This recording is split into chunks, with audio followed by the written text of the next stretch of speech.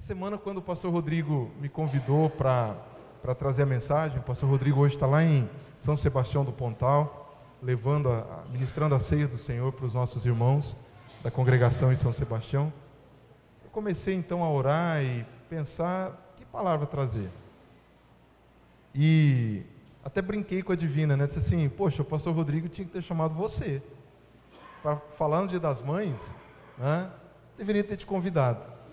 E aí, conversando com ela então começou a comentar alguma coisa que ela ia falar. Disse, olha, você já tem até a mensagem, né? A gente discutindo, às vezes a gente discute alguma mensagem que a gente vai compartilhar.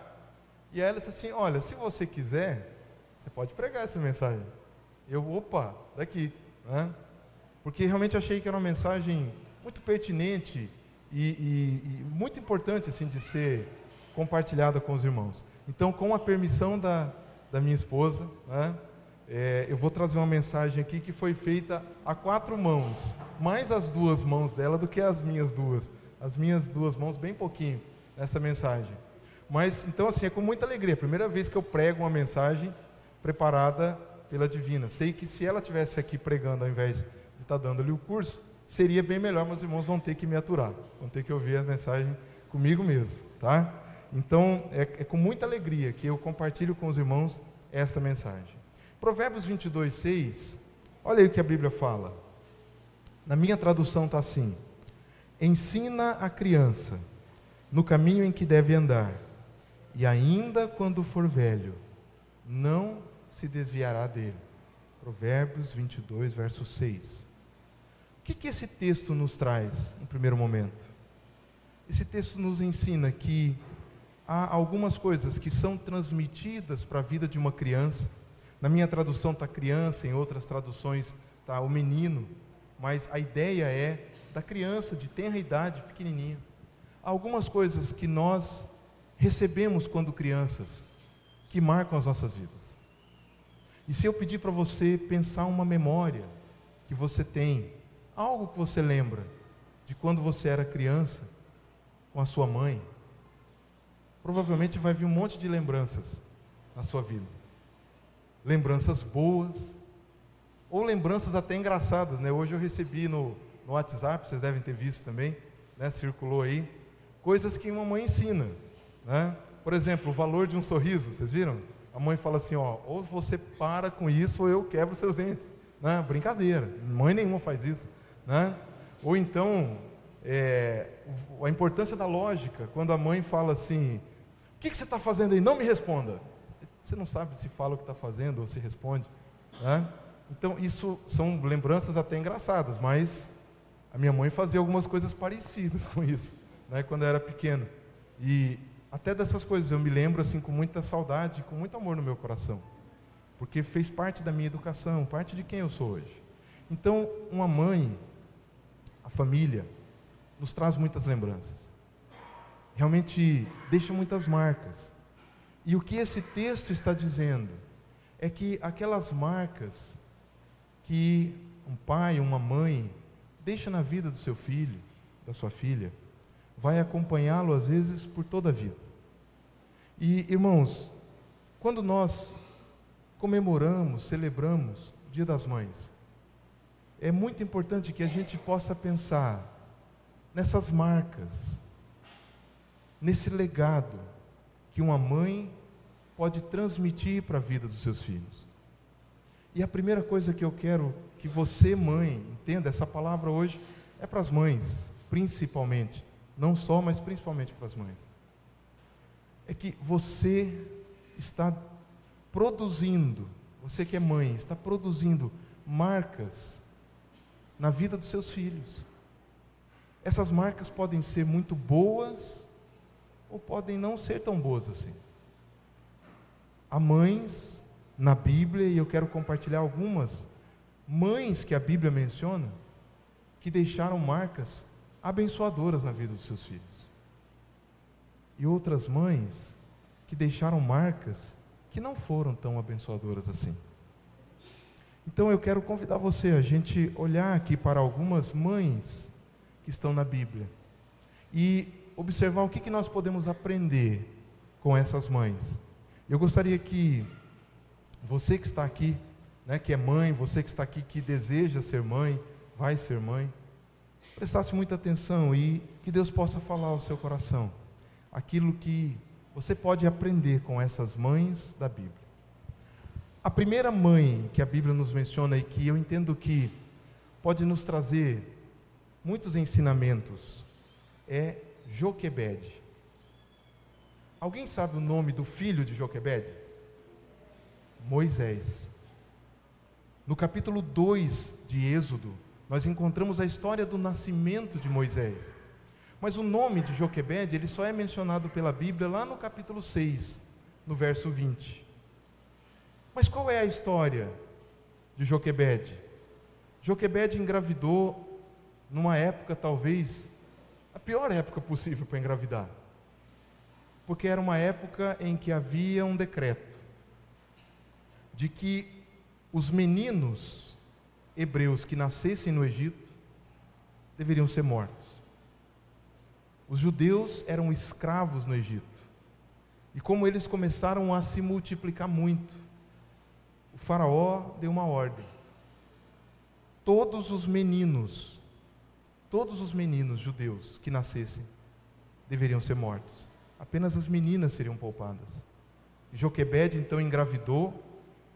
E quando ela deu à luz, quando nasceu, o que nasceu? Um menino. E esse menino estava condenado à morte. Mas essa mãe, ela foi capaz de lutar pela vida do seu filho. E ela então elaborou um plano, que a gente olhando fala assim, tem tudo para dar errado, né? Esse plano. Ela pegou Moisés, com 3 meses de idade, colocou em um cesto, passou betume, passou um óleo que tem uma liga, em lugares que tem petróleo, às vezes se encontra esse betume, então ela colocou isso no cesto para não entrar água e colocou no rio. E a Bíblia fala que a filha de Faraó encontrou esse menino e deu-lhe o nome de Moisés, que significa tirado das águas. E a filha de Faraó está ali com aquele menino sem saber o que fazer. Vem então Miriam, que também era filha de Joquebede, diz assim, quer que eu arrume para você uma mulher para cuidar desse menino? E a filha de Faraó, ufa, né, resolveu meu problema. E a filha de Faraó, resumindo a história, contratou Joquebede, mãe de Moisés, para criá-lo e para educá-lo. E a gente aprende algumas coisas com Joquebede. A primeira, pelo menos 2 eu quero enfatizar, mas a primeira é uma mãe capaz de lutar pela vida dos seus filhos. E talvez você diga assim, mas o que isso tem a ver com o dia de hoje? Atualmente não tem mais ninguém estabelecendo uma sentença de morte para o filho que nasce. Irmãos, nós vivemos uma realidade hoje, que talvez você não perceba, não atente isso, mas que nós temos, inclusive mães mesmo, mulheres, que têm defendido o direito ao aborto, por exemplo. E quando nós aceitamos o aborto como algo normal, como algo natural, a gente não está dando nem a chance que Moisés teve de ter 3 meses de idade e tentar a sorte num rio. A gente às vezes está condenando crianças ainda no ventre da mãe a serem mortas. E há pessoas, irmãos, pasmem, até cristãos, que entendem que o aborto tem que ser visto como uma questão de saúde da mulher, como se gravidez fosse uma doença, que tem que ser visto sob a ótica de que a mulher tem liberdade sobre o seu próprio corpo, como se a criança não tivesse um próprio corpo. Irmãos, nós vivemos uma época, mais do que nunca, em que mães precisam lutar pela vida dos seus filhos, e hoje, já nem é mais apenas depois que eles nascem, mas na maioria das vezes enquanto eles ainda estão no ventre.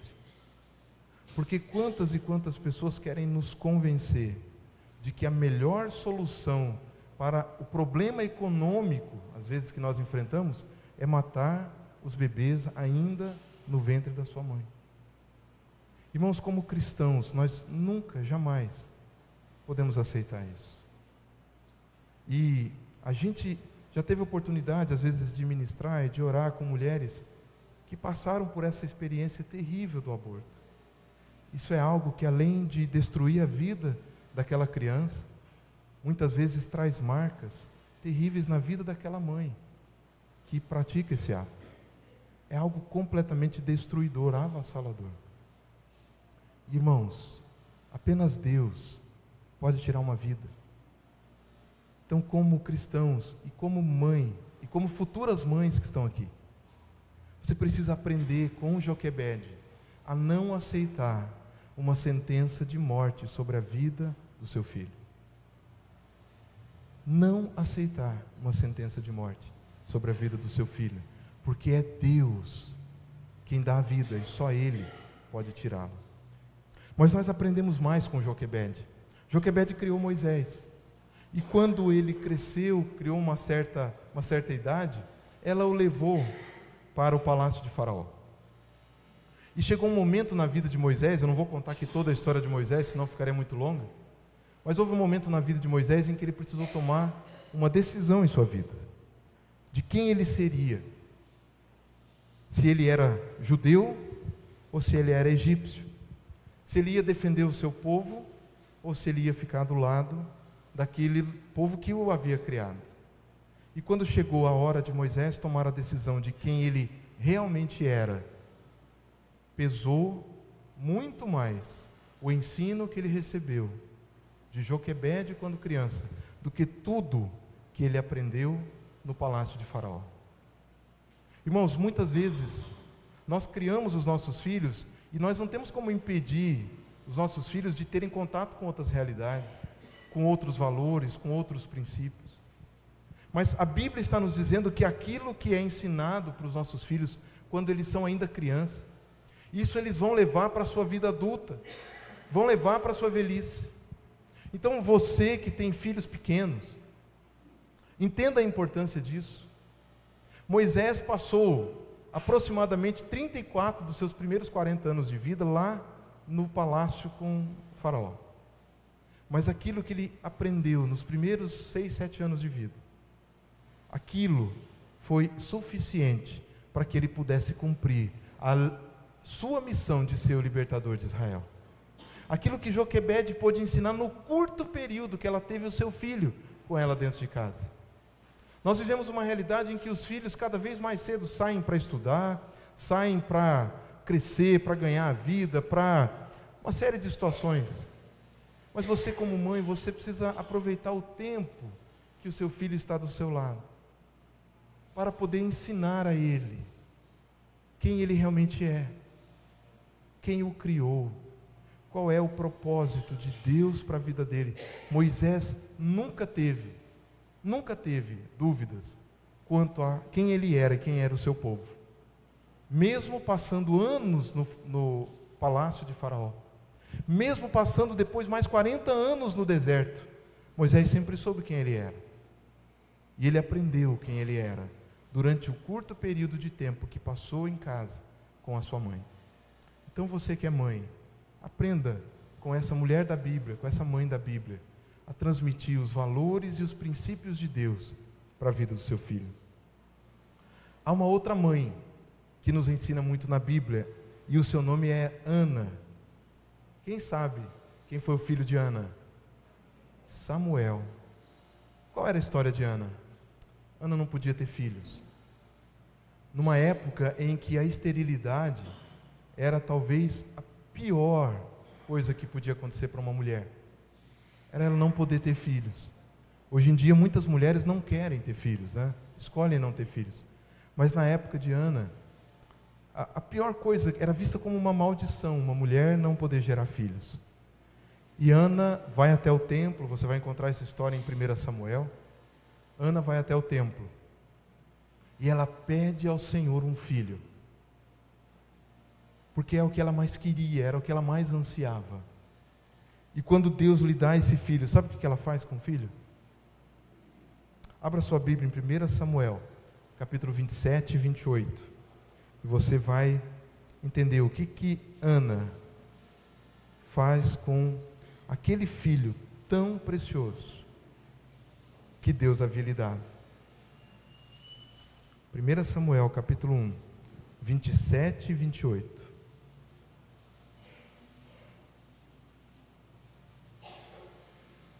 Amém? 1 Samuel, facinho de achar, está antes de 2 Samuel. Diz assim a palavra de Deus: por este menino orava eu, e o Senhor me concedeu a petição que eu lhe fiz, pelo que também o trago como devolvido ao Senhor, por todos os dias que viver, pois do Senhor o pedi. E eles adoraram ali ao Senhor.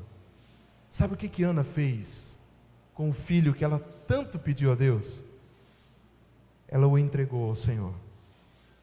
E eu aprendo com Ana que uma mãe deve aprender a entregar os seus filhos ao Senhor. Quantas mães, irmãos, que acham que os filhos são sua propriedade, acham que os filhos são seus, são possessivas. Quantas mães erram porque pegam o filho, que é a bênção que Deus deu, e colocam no lugar de Deus, e idolatram o seu filho. Quantas e quantas pessoas cometem esse erro, e são incapazes de entregar o seu filho a Deus. A Bíblia diz, querido irmão, querida irmã, no Salmo 127, que os filhos são herança do Senhor. Irmãos, os filhos não nos pertencem. Mamães, seu filho, sua filha, não pertencem a você. Eles são um presente, uma herança, uma dádiva de Deus para você. Mas você não cria seus filhos para você. Então, querida mamãe que está aqui presente, não idolatre o seu filho. Não coloque os seus filhos como algo mais importante do que Deus na sua vida. Coloque Deus em primeiro lugar e entregue os seus filhos a Deus. Permita que o Senhor Deus cuide do seu filho, cuide da sua filha, que o Senhor Deus conduza o futuro, a direção dele. Há casas, há lares, até de pessoas que temem a Deus, que creem em Deus, em que quem é a autoridade ali é o filho às vezes. Isaías, no capítulo 3, há uma palavra de Deus contra o povo de Israel que é muito séria. E a palavra de Deus diz que aquele povo seria amaldiçoado, e toda a autoridade seria tirada daquele povo, e eles seriam dominados por crianças. Você pode depois abrir sua Bíblia em casa e ler Isaías capítulo 3, verso 4. E também no verso 12, a mesma palavra é repetida.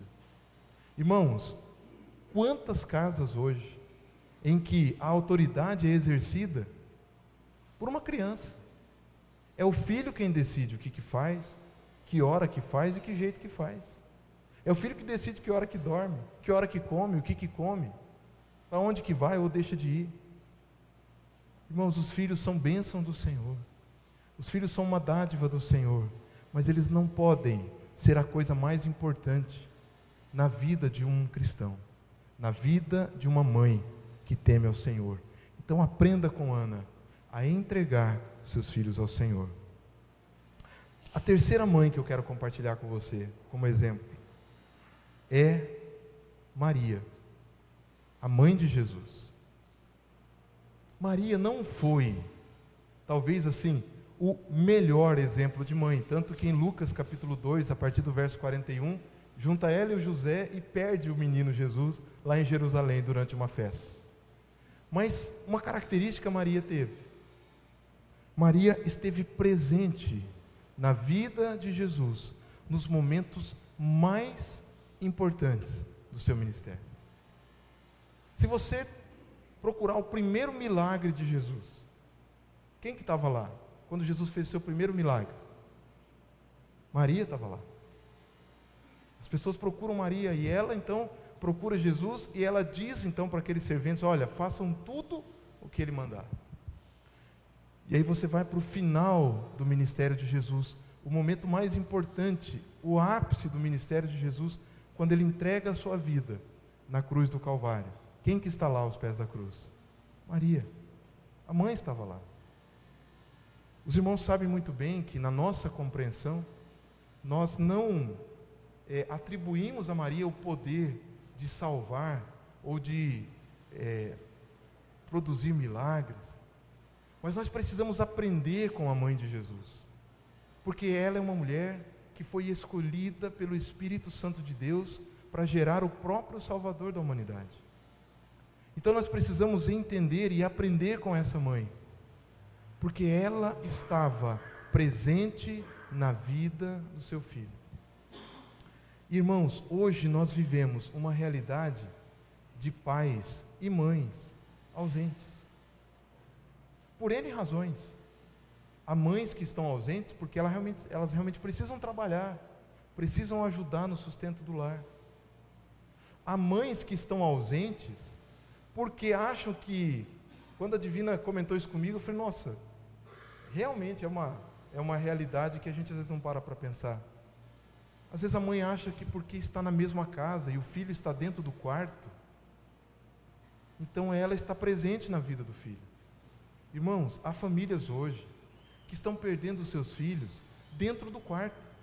O filho está dentro de casa, está dentro do quarto e está acessando lá a internet, o WhatsApp, fazendo parte do grupo lá do Baleia Azul e caminhando para se matar, e os pais nem desconfiam. Porque não é só a presença física, estar perto fisicamente. Hoje em dia, uma mãe precisa saber quem são os amigos do seu filho, o que ele está acessando na internet,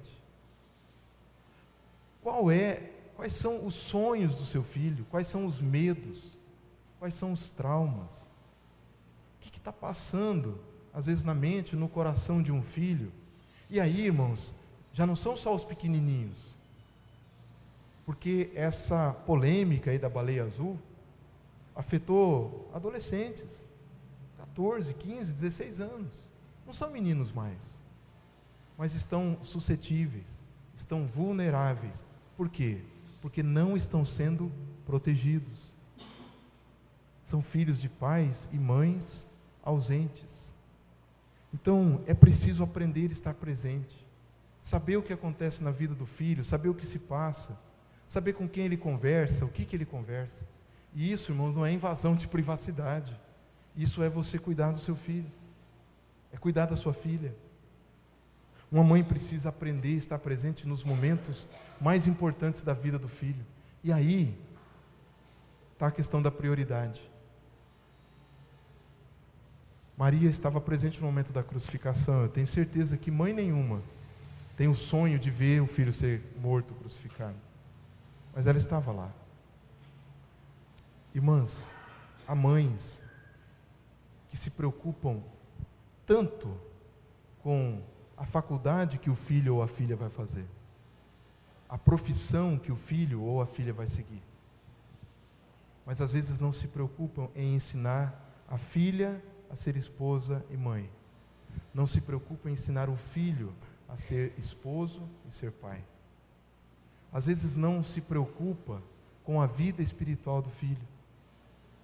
Quantas vezes há pessoas que os filhos vão estudar fora e a pessoa sai e vai lá, escolhe o apartamento que vai morar porque tem que ser perto da escola, escolhe o lugar que vai, que academia que vai, que curso de inglês que vai, que isso, que aquilo, vem embora e não para pensar qual é a igreja que o filho vai frequentar. Não se preocupa com que tipo de amizades ele vai conviver lá. E às vezes nós invertemos. Nós achamos que tudo vai estar resolvido na vida de um filho ou de uma filha se ele tiver uma boa profissão, um bom diploma e um bom salário, uma boa renda. Irmãos, se isso fosse verdade, filho de rico não usava droga, rico não suicidava. Se ter dinheiro só, é só ter um bom emprego, ter dinheiro, montar uma empresa, ter uma boa carreira profissional, resolvesse tudo na vida de uma pessoa, a gente não veria como a gente vê hoje. Pessoas com muito dinheiro, com muitos bens e com a família destruída. Então, mães, entendam isso. Tão importante quanto qual é a faculdade que seu filho vai fazer, é com quem ele vai se casar. é com quem ela vai se casar. E especialmente aqui para as mães de filhas. A Bíblia ensina que a mulher sábia, ela edifica o seu lar. A tola a destrói com as próprias mãos. E as mães de filhas, escutem isso, às vezes não têm preparado as suas filhas para serem esposas. Têm preparado as suas filhas para serem médicas, advogadas, engenheiras e por aí vai. Irmãos e irmãs, está cheio por aí, infelizmente, de médicas, advogadas, engenheiras e tantas outras coisas, arquitetas e isso e aquilo, realizadas profissionalmente e frustradas emocionalmente, perdidas espiritualmente, porque passaram a infância e a adolescência ouvindo que elas tinham que estudar, que elas tinham que ter uma profissão e tinham que ser bem-sucedidas na vida, e só, não ouviram mais nada. Esse era o grande foco da família. Não há nada demais em você sonhar que a sua filha seja uma médica, seja uma profissional bem-sucedida, seja uma advogada, uma arquiteta, uma psicóloga, enfim. Nada de errado com isso. Tudo errado se isso for a coisa mais importante para você. Está tudo invertido. Tudo fora de lugar. Então aprenda com Maria a ser presente na vida do seu filho e da sua filha e saber ensiná-lo ou ensiná-la a escolher as prioridades certas. Não inverter as prioridades. A quarta mãe que eu gostaria de compartilhar com você chama-se Lloyd. Essa, eu acho que vai ser difícil vocês descobrirem quem que era a filha dela. Lloyd era a mãe de Eunice, que era a mãe de Timóteo. Timóteo, vocês devem lembrar quem é. Quando Paulo escreve para Timóteo, abra aí sua Bíblia, em 2 Timóteo capítulo 1, verso 5. A gente não ouve falar muito no nome dessa mulher, mas nós podemos aprender muito com ela também. 2 Timóteo, capítulo 1, verso 5. Paulo está escrevendo a Timóteo, mas ele faz aqui um reconhecimento à mãe e à avó de Timóteo. Olha o que ele fala para Timóteo. 2 Timóteo, capítulo 1, verso 5. Pela recordação que guardo da tua fé, sem fingimento, a mesma fé que primeiramente habitou em tua avó Lloyd e em tua mãe Eunice, e estou certo de que também em ti. Irmãos, o que nos chama a atenção em Lloyd? Essa mãe foi capaz de transmitir a sua fé para a sua filha. E também foi capaz de ensinar a sua filha a transmitir a mesma fé ao seu neto. Porque olha o que a Bíblia está dizendo. Ela está dizendo assim, é a mesma fé que habitou em Lloyd, habitou em Eunice e agora habita em Timóteo. Irmãos, uma mãe precisa ser capaz de transmitir a sua fé aos seus filhos. Queridos, quantas e quantas vezes nós encontramos mães que às vezes falam para os seus filhos mal da igreja, falam mal do pastor, reclamam disso ou daquilo. Agora nós temos as células do líder de célula. E às vezes, irmãos, em momentos em que a pessoa deveria estar transmitindo fé, ela está simplesmente cometendo o pecado da murmuração e o da fofoca. E quantos e quantos filhos? Porque a parte interessante da gente ir passando o tempo e ficando experiente é essa, né? A gente vai vendo muitas coisas. A parte ruim é que a gente vai ficando velho. Mas a parte boa é que a gente vai ficando mais experiente. Irmãos, este ano completa 30 anos que eu me batizei para cá. E depois de algum tempo você começa a observar. Isso aqui é uma igreja. Sempre vai ter problemas. Sempre vai haver pessoas com lutas, com dificuldades. Daqui exatamente 10 dias, o pastor Diego, a sua família, chegam de mudança. Então nós temos mais um domingo. No segundo domingo nós já teremos o pastor Diego, então, aqui, conduzindo os cultos. E eu vou avisar para você, já vou avisar para você. Eu vou destruir alguns sonhos. Vai ter problemas. Tem dificuldades, porque somos seres humanos. Estamos recebendo pastores que são seres humanos. E depois de 30 anos, eu morei 5 anos e pouco fora. Então desses 30 anos, 25 eu estou convivendo aqui nesta igreja.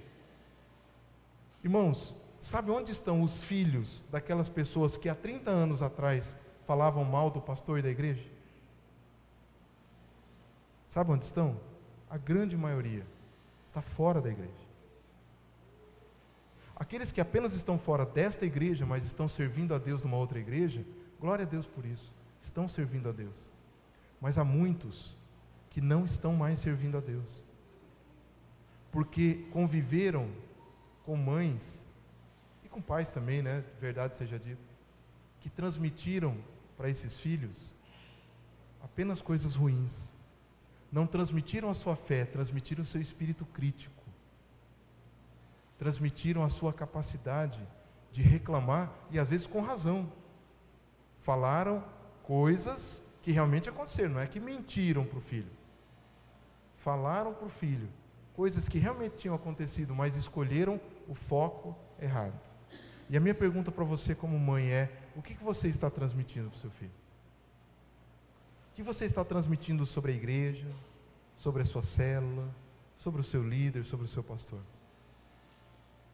Porque na hora da crise, na hora das lutas e das dificuldades, irmãos, é importantíssimo ter uma família em Cristo. É importantíssimo ter apoio de irmãos que nos ajudem, que orem conosco, que nos sustentem. Mas se você falar mal desse corpo, o seu filho, a sua filha, na hora da crise, ele não vai procurar ajuda aqui, ele vai procurar ajuda dos amigos e das amigas que você às vezes não conhece e, portanto, não tem como falar mal, porque nem sabe direito quem é. E lá ele vai ouvir os piores conselhos possíveis, às vezes. Então, nós precisamos aprender com Lloyd a transmitir a nossa fé. E você, como mãe, precisa aprender a transmitir a sua fé através das gerações, através do seu exemplo, através das suas palavras e, às vezes, através do seu silêncio. Porque nós queremos que o dia que nós deixarmos este mundo, se Jesus não voltar antes, que os nossos filhos, os nossos netos, continuem servindo ao Senhor. Nós não queremos que a fé termine na nossa descendência, na nossa geração, quando nós morrermos. Nós queremos que a nossa fé continue produzindo bênçãos sobre a nossa descendência. Nós precisamos aprender com essa mãe. E eu quero também falar de uma mãe, o último exemplo positivo, e depois eu tenho alguns exemplos rapidinho para falar do que não fazer, mas eu quero aprender com uma mãe chamada Noemi. E Noemi tem uma história muito triste. Você vai encontrar a história de Noemi no livro de Ruth. Mas eu não quero te contar a parte triste da história de Noemi apenas. Quero te contar a história toda. Noemi começa o livro de Ruth com uma tragédia na sua vida. Noemi perde o seu marido e os seus 2 filhos. Ela muda para uma terra estrangeira e ela perde o seu marido e os seus 2 filhos. É uma mulher que tinha tudo para se tornar amargurada, porque ela tinha perdido tudo. Durante uma crise naquele país, ela perde o seu marido e seus 2 filhos. E ela não tinha então mais ninguém por ela, e ela resolve voltar para a sua terra. E as suas 2 noras então começam a segui-la, e ela diz: não, vocês vão embora, eu não tenho como levar vocês comigo. E uma delas, que é Ruth, diz assim: não, eu vou com você. E Noemi, alguém que tinha perdido tudo, teve a capacidade de amar uma filha que tinha sido gerada por outra pessoa. Isso eu aprendo com Noemi. Ruth não era filha biológica de Noemi, era uma nora, né? As noras aqui, as sogras, sabem como às vezes o relacionamento nora e sogra não é fácil. Mas Noemi, ao invés de se tornar uma pessoa amargurada, ao invés de se tornar uma pessoa incapaz de amar, ela pega aquele amor que ela colocava sobre a vida dos seus filhos e ela coloca então sobre a vida da sua nora. Quando a gente olha no livro de Ruth, no capítulo 3, o capítulo começa com Noemi chamando Ruth de minha filha. Irmãs, quantas mulheres às vezes nós temos aqui que não têm filhos? Não têm filhos porque não puderam, não têm filhos porque às vezes perderam seus filhos, não têm filhos por N razões biológicos, mas nem por isso precisam deixar de exercer a sua maternidade. Nem por isso precisam deixar de exercer a sua maternidade. Quantas mulheres que Deus tem chamado para exercer uma maternidade espiritual, para ter filhos e filhas na fé, porque nós não temos filhos apenas biologicamente. A relação de afeto entre um pai e um filho não depende da consanguinidade, não depende do DNA. Então eu aprendo com Noemi que uma mãe, ela pode amar um filho, uma filha, que não foi ela quem gerou no seu ventre, mas é capaz de exercer essa maternidade. E isso então é algo que nós aprendemos com a vida de Noemi. E agora a gente já está caminhando aqui para o final, mas eu queria falar de 3 exemplos, bem rapidamente, de coisas que de exemplos na Bíblia que nós também devemos evitar. Não são bons exemplos a serem seguidos. Eu falei com vocês de Joquebede, de Ana, de Maria, de Lloyd e de Noemi. 5 bons exemplos da Bíblia, mas a Bíblia também nos traz exemplos de mulheres que deixaram marcas não tão boas. E no livro de Gênesis, capítulo 25, nós encontramos, verso 28, nós encontramos Rebeca. Rebeca foi a mãe de Esaú e Jacó. E você sabe qual foi o erro de Rebeca? Ela tinha um filho que era preferido. E quantas mães, irmãos, que têm filhos preferidos? Quando a gente olha para o texto, a gente entende que Isaac preferia um dos filhos. Então pode ser que Rebeca, até por instinto de proteção, tenha se colocado do lado do outro. Mas, irmãos, isso é um erro. Uma mãe não deve ter filhos preferidos, porque na vida de Esaú e Jacó, isso criou uma rivalidade entre os irmãos, que trouxe muitos prejuízos para a vida deles. Então nós aprendemos com Rebeca que uma mãe não deve ter filhos preferidos. Se você tem esse sentimento no coração, peça perdão. Mude a sua atitude. Uma mãe não pode ter filhos que ela prefira.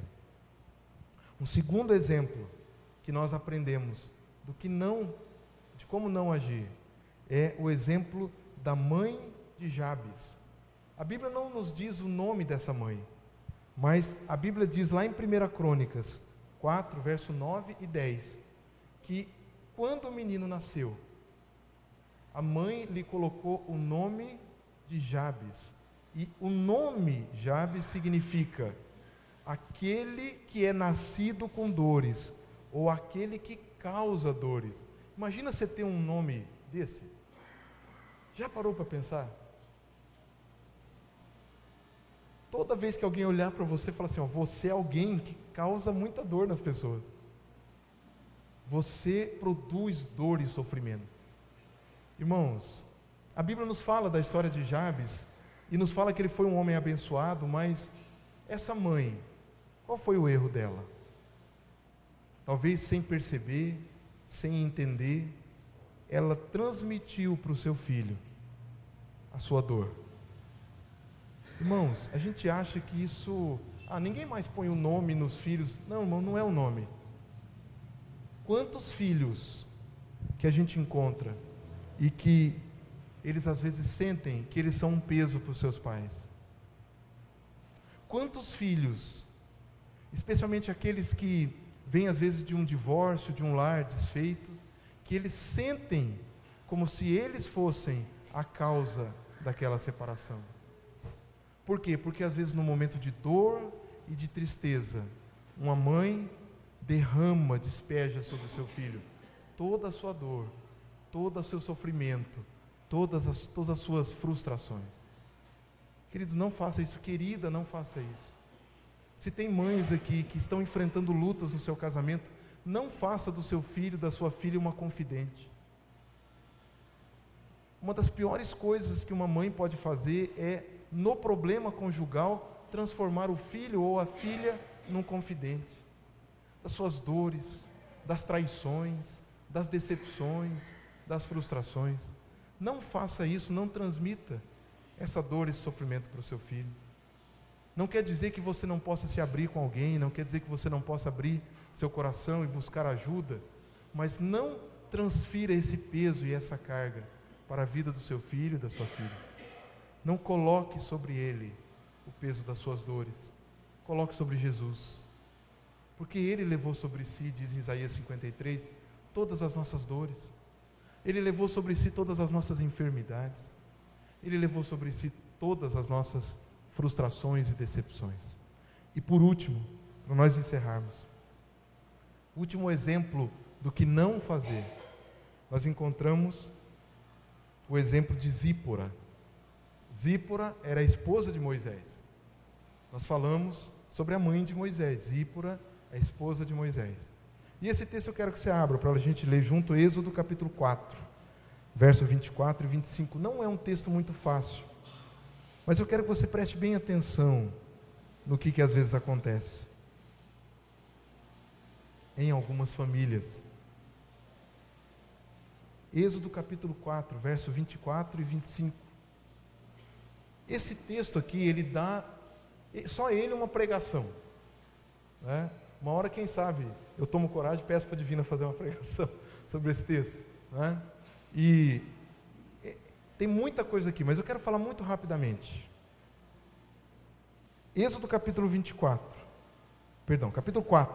versos 24 e 25, diz assim: estando Moisés no caminho, e ele estava no caminho de onde? Ele estava no caminho do deserto de Midian para o Egito, para ser o libertador do povo.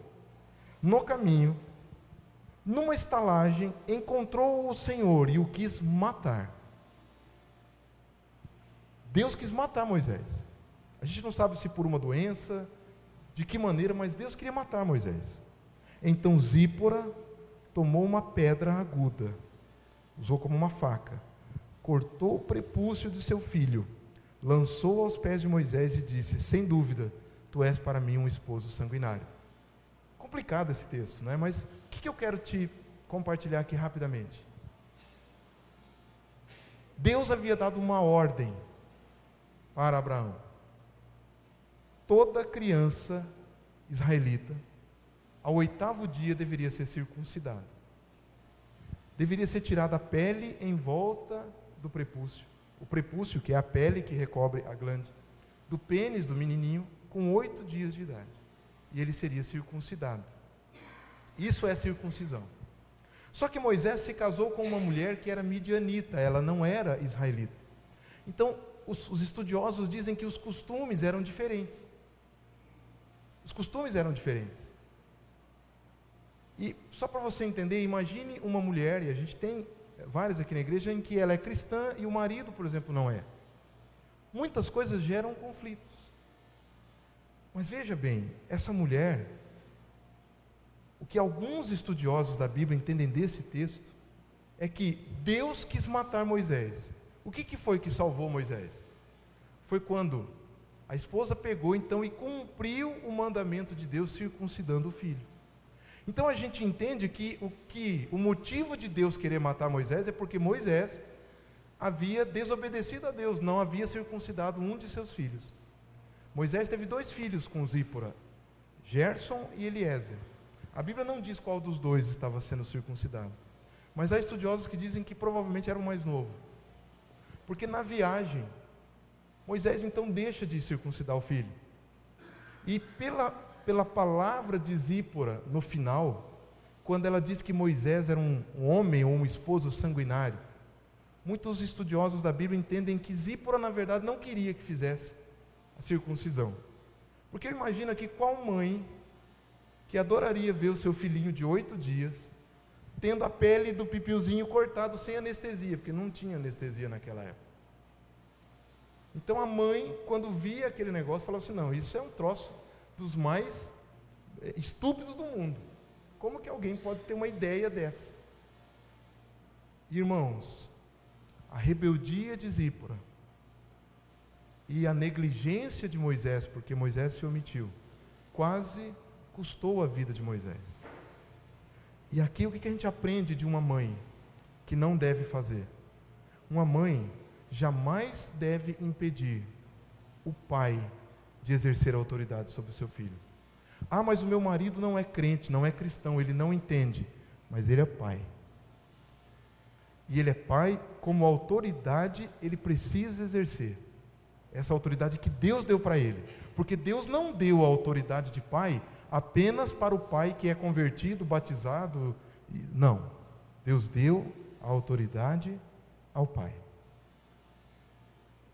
E todas as vezes que uma mãe se levanta contra o pai, ainda que seja para proteger o filhinho, porque muitas pessoas que estudam esse texto de Zípora, na cabeça dela, ela dizia: esses israelitas são tudo louco da cabeça, judiado o menino com 8 dias de idade, para que isso? Não é necessário. E ela com isso impede então Moisés de exercer a sua autoridade. Então, irmã, aprenda com Zípora, jamais tire a autoridade do pai, do seu esposo, sobre a vida dos seus filhos. Jamais se levante contra essa autoridade, porque isso traz consequências. Isso traz consequências. Se o seu esposo errar, se o pai errar, ele tem a responsabilidade dele. E há outras maneiras de se conversar quando um casal não está em acordo. Mas a rebeldia, a desobediência, não é solução para nada, por melhor que seja o motivo da rebeldia e da desobediência. Então, irmãos, nós aprendemos com essas mulheres da Bíblia. Eu sei que são várias mulheres, né? Mas eu quero que você entenda que a Bíblia, ela nos relata acertos e nos relata erros. Sabe por quê? Porque a Bíblia é a palavra de Deus, mas é a palavra de Deus operando e atuando na vida de seres humanos, de pessoas falhas como eu e como você. Mas há uma boa notícia. A boa notícia é que se você está aqui, mãe, ouvindo essa palavra, é porque ainda há tempo para você. Se alguma coisa que foi dita aqui para a sua vida, você percebe que às vezes tem errado, você percebe que tem falhado em algo, eu quero dizer para você que há esperança para que você possa deixar marcas de bênção na vida dos seus filhos, para que você possa exercer maternidade, ainda que você não tenha ou não tenha mais filhos biológicos. Ainda há tempo de você deixar um legado espiritual, porque quantas pessoas se preocupam em deixar uma herança material, em construir um patrimônio que às vezes é consumido em pouco tempo. Mas nós precisamos valorizar, irmãos, deixar um legado espiritual. E eu quero desafiar você que está aqui, que é mãe, a parar um minuto e refletir. Qual é o legado espiritual que você tem deixado para o seu filho, para a sua filha? O que é que você tem transmitido para ele, para ela, quando chegar o momento em que ele tiver que tomar as decisões mais importantes da vida dele? Quando ele tiver que decidir quem é o Deus na vida dele, porque deixa eu te dizer uma coisa, todo mundo tem um Deus. Tem gente que o Deus é o dinheiro, tem gente que o Deus é o filho, a filha, tem gente que seu Deus é o marido, a esposa, tem gente que o seu Deus são os prazeres, a bebida, o jogo, qualquer coisa assim. E nós temos um Deus, que é o Deus Todo-Poderoso, Criador dos céus e da terra. A pergunta é, quando o seu filho tiver que decidir quem é o Deus da vida dele, quem é que ele vai escolher? Tem pessoas que elas querem ser o seu próprio Deus, elas querem decidir tudo na sua vida. Qual é o legado que você tem deixado? E eu não poderia encerrar essa palavra sem trazer uma palavra também para cada um dos filhos que estão aqui. Irmãos, talvez você tenha tido uma mãe que foi maravilhosa na sua vida, que só deixou marcas boas, positivas, abençoadoras. Mas a gente encontra pessoas às vezes que tiveram mães que foram terríveis, deixaram marcas muito tristes. Ou você talvez tenha tido uma mãe que tenha sido simplesmente normal, né? Humana, fez coisas boas e coisas não tão boas, teve os seus acertos e teve os seus erros, como aliás todos nós. Mas a Bíblia nos ensina em Efésios capítulo 6, que um filho deve honrar a sua mãe. E a palavra que eu quero deixar para mim e para você que somos filhos, é que a Bíblia não manda honrar apenas a mãe que tem 100% de acerto. Não manda honrar apenas aquela mãe que nunca fez nada errado, ou aquela mãe que seja perfeita. A Bíblia diz que você deve honrar a sua mãe. Há filhos que, irmãos, e aí não é só no Dia das Mães. Há filhos que às vezes desonram a sua mãe pela distância, pelo modo de tratar, pela falta do cuidado, do amparo, N situações. Então eu quero também levar você a uma reflexão. A Bíblia diz que este mandamento é o primeiro mandamento com promessa. Honra teu pai e tua mãe, para que você viva muitos anos sobre a terra e viva bem. É um mandamento com promessa. E não é apenas para a mãe perfeita, a supermãe, mas é para a mãe. Então eu quero desafiar você. Talvez você, como eu, durante algum tempo, eu tinha muita dificuldade de dizer para minha mãe: mãe, eu te amo. Tinha muita dificuldade. E eu achava que eu era um excelente filho, porque se a minha mãe dissesse assim: eu preciso de uma aspirina, eu corria lá e comprava para ela. Eu estou precisando de tal coisa, eu corria e supria o aspecto material. Mas eu tinha muita dificuldade de abraçar minha mãe e dizer assim: mãe, eu te amo. E aí, meu irmão, minha irmã que está aqui, a sua mãe não precisa só de um remédio, de uma consulta médica, de um apoio material. A sua mãe, como todo ser humano, a sua mãe precisa de amor. A sua mãe precisa de afeto. A sua mãe precisa de um abraço. A sua mãe precisa de uma palavra de gratidão e de reconhecimento, quando menos, porque ela lhe deu a vida. Ela trouxe você a esse mundo. Então, eu queria ter um momento de oração aqui agora. E eu quero fazer 2 desafios. Para as mães e para os filhos. Você como mãe, talvez Deus tenha falado no seu coração que há áreas da sua vida que você precisa melhorar. Há áreas da sua vida que você às vezes tem falhado como mãe. E você precisa e quer colocar isso diante de Deus. E se Deus tocou no seu coração, nós vamos ouvir um cântico agora.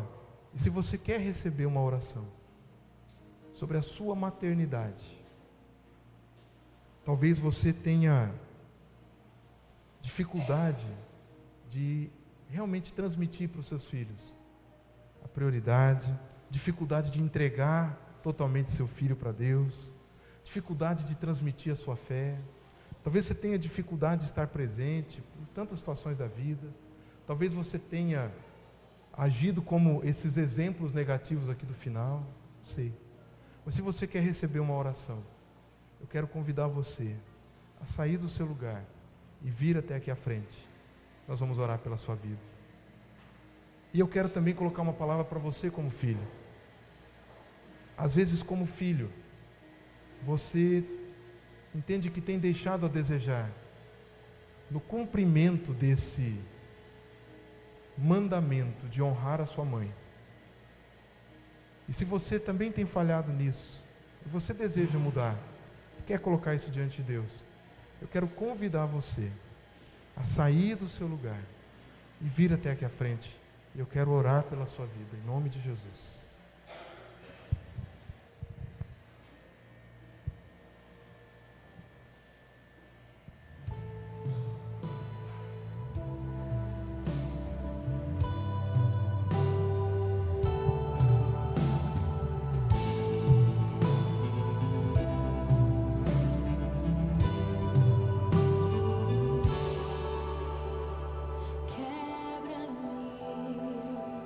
E faça de novo, derrama renovo em meu coração, molda-me, eu sou só o barro, tu és o oleiro, estou em tuas mãos. Enquanto me refaz eu adoro, enquanto me cura eu adoro, estou no processo e não você. Enquanto me livra eu adoro, enquanto me restaura eu adoro, faz a obra em mim e vem me encher. Sou um vaso que se quebrou, mas da mão do oleiro se refez. Minha essência Pai, em nome de Jesus, e minhas fraquezas. nós nos curvamos, ó Pai, nós nos prostramos diante do Senhor. E nós reconhecemos, Senhor, que sem Ti nós nada somos. Sem Ti nós nada podemos fazer. Ó Pai, neste dia em que nós nos lembramos, ó Pai, de homenagear cada mãe. Ó Deus, quantas vezes esse dia traz reflexões e traz lembranças que não são tão agradáveis assim. Mas eu quero interceder por cada vida que está aqui presente. Cada mãe que está aqui presente e que entende que precisa do auxílio do Senhor, da misericórdia do Senhor, para deixar marcas na vida dos seus filhos, que agradem ao Senhor, que sejam marcas abençoadoras, que sejam marcas que vão impactar a vida dos seus filhos para o bem, nas próximas gerações. Oh Deus, eu intercedo por essas irmãs tão queridas, que estão aqui derramando o seu coração, e peço a graça, a misericórdia e o amor do Senhor sobre a vida delas, para que elas recebam, ó Pai, do Senhor, aquilo que elas têm buscado. Deus, eu coloco aqui a vida de cada filho, cada filha, que entende que precisa honrar a vida da sua mãe, mesmo aquela mãe que cometeu erros, mesmo aquela mãe que talvez não tenha acertado tanto, mas Deus, pela Tua misericórdia, pela Tua graça, derrama amor, o amor que vem do Senhor, para que cada filho tenha a condição de abraçar a sua mãe e dizer: mãe, eu te amo, mãe, obrigado por ser minha mãe. Deus, que não haja dor, que não haja mágoa, que não haja ressentimentos. Ó Deus, que nós possamos receber do Senhor o amor, aquele mesmo amor que foi manifestado na cruz do Calvário, um amor incondicional, um amor que é capaz de perdoar, um amor que é capaz, ó Deus, de transformar, de resgatar. Pai, é esse amor que eu peço que o Senhor derrame sobre as nossas vidas. Nós precisamos tanto, Senhor, porque de nós mesmos nós não somos capazes. Quantas vezes somos duros, somos exigentes e falhamos, ó Pai. Deus, tem misericórdia de nós. Tem misericórdia das nossas famílias, das nossas casas. Misericórdia da nossa igreja. Para que nós sejamos um povo que de verdade, ó Pai, agrade ao Senhor, adore ao Senhor e cultue ao Senhor. Pai, abençoa cada vida. Dá-nos uma semana abençoada e guardada debaixo da Tua boa mão. Em nome de Jesus é que nós oramos. Amém. Glória a Deus. Você pode se sentar, meu irmão, minha irmã. Que Deus abençoe a sua vida. Que Deus te dê uma semana cheia da sua graça, cheia da sua misericórdia, cheia das bênçãos do Senhor. Vá em paz. Deus nos abençoe.